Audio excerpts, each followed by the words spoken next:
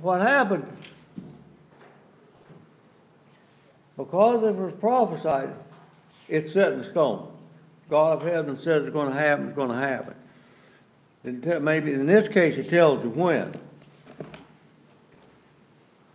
And in Daniel, you have about 5 different references to back this up, that it did happen according to as the things is what it's going to be.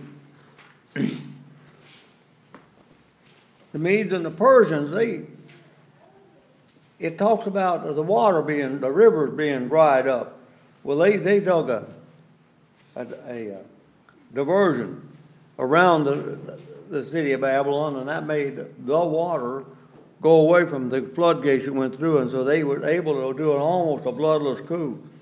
About 20 years after King Nebuchadnezzar stepped down and wasn't king no more, he had about a 43-year run at it to be king.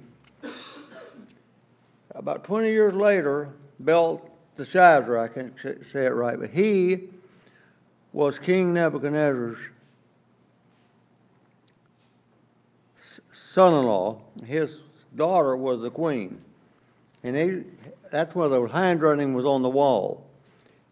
And he told them that this is going to happen now. It's all coming to happen. And when? At about 605 BC is when this all happened. But 150 years before that is what it was predicted. And so when they didn't have to, it was a bloodless coup. They didn't have to fight or hardly nothing. And Darius, he become king and fulfilled with the handwriting on the wall because he did not want to acknowledge God or anything. But the Roman Empire, so, when it's talked about the Babylonian, Medo-Persian, Alexandrian, and then in the days of those kings, so the Lord our God raised up a kingdom which will not be destroyed.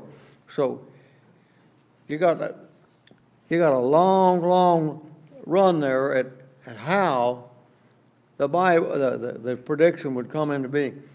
The Roman Empire was around for about 750 years, but it become an empire, and it's all by the will of God. It became an empire about 27 years before Jesus was born. If we go back and study the Old Testament, people say, well, there ain't going to be no world. There'll be a world, God, there's a new world order and all that. And then I'm almost through. Genesis 11, I think, takes care of that. All the people of the world were one language. God said, let us go down and see what they're doing. And if we don't stop them, ain't nothing they propose to do. So they went down and confused their language because they didn't want to be scattered over the whole world. So the Bible is just full of examples like this, especially the Old Testament, where things that we might not think up on our own would come into being. I tell you this because if you get to understanding the old, you can understand the new. So there's a reason for us to have in that. We need to study the both, because we do that, they tie together. If you have any doubts whether the validity of the Bible is real, get a hold of one of us and we will put you in a position where you can learn what the will of God is.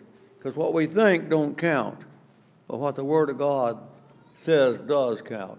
So if we want to find our way, find out what He wants us to do, and then go do that. And that'll take care of it. So if you have a need of any kind, please come forward as they stand and sing.